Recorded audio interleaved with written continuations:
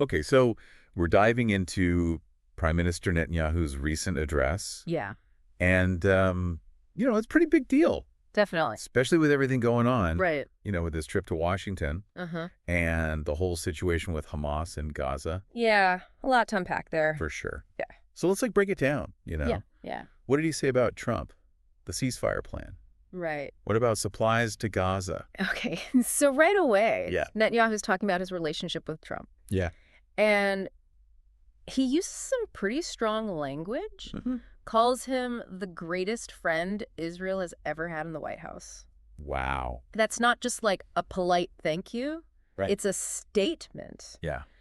Could have some serious implications for Middle East policy. Okay, so that's interesting. Yeah, But, couldn't it be a strategic move? totally. Like, is he trying to get people on his side, Oh, absolutely. with all the international Well, criticism? remember, he's talking to the whole world here. Right. When he says unwavering friendship. He's telling everyone that the U.S. is 100% behind Israel. Makes it harder for other countries to pressure Israel, I see. into making concessions. That makes me think about the history of U.S.-Israel relations. Uh-huh.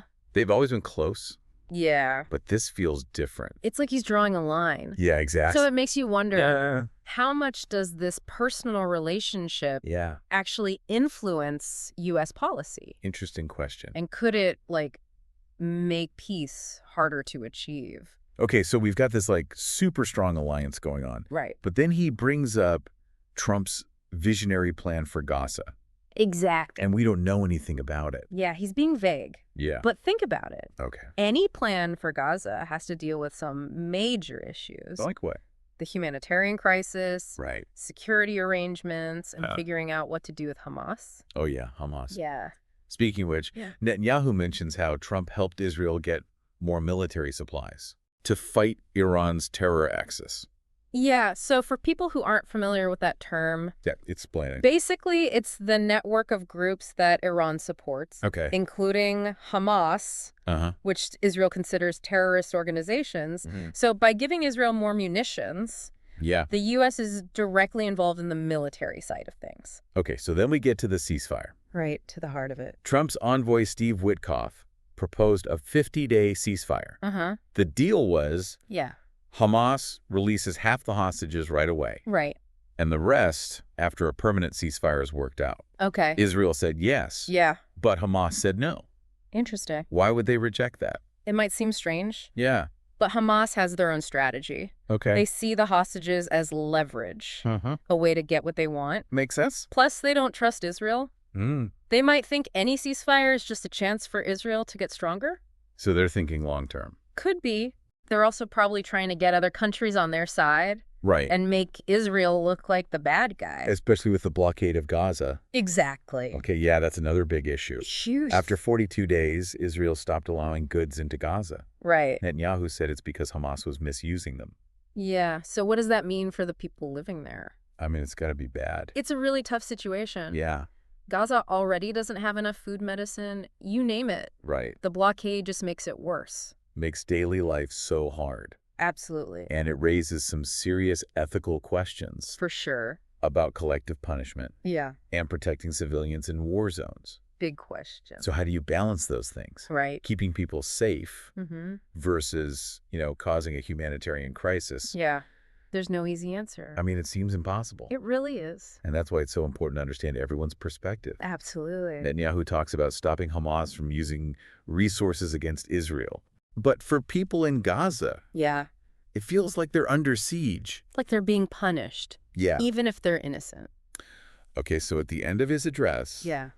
Netanyahu says America supports Israel's goals. Right. Security, prosperity, peace. Big goals. But given everything we just talked about, Uh-huh. what does that actually mean for the future? It's kind of a mixed message. How so? Well, the U.S. support definitely helps Israel, Yeah. but it doesn't magically create peace. Yeah. The real problems are still there, Yeah. and everyone still distrusts each other. It's hard to see how things will get better Yeah. if those deeper issues aren't addressed. That's a lot to think about. Definitely. We've heard Netanyahu's side of the story, Uh-huh. but the main thing I'm taking away from this is Yeah, it's exactly. complicated. It's so complicated. There are no simple solutions. Nope. And to find peace, Yeah. you have to understand everyone's motivations Hamas, the people in Gaza. Everyone. Okay, so we know how Netanyahu sees it. Right. But what information would you need to figure out if his approach will actually lead to lasting peace? That's the question, isn't it? Yeah. I think we have to look beyond the rhetoric. Okay. We need to see concrete actions from all sides. Right. Actions that build trust and address the root causes of the conflict. Okay, so like what kind of actions? Well, for example, Yeah. what steps is Israel taking to improve the lives of Palestinians? Are they easing the blockade? Okay. Are they investing in economic development? Interesting. And on the other side, is Hamas willing to recognize Israel's right to exist? Right. Are they willing to renounce violence?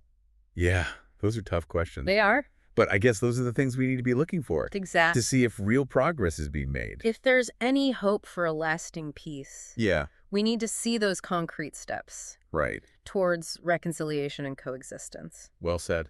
That's all the time we have for today. Okay. But, you know, this is a conversation that needs to continue. Absolutely. So keep thinking about these issues. Yeah. Keep learning. Keep asking those tough questions. And hopefully we can move closer to a future where everyone in the region can live in peace. That's the goal. Thanks for joining us. My pleasure. And we'll see you next time for another deep dive. Looking forward to it.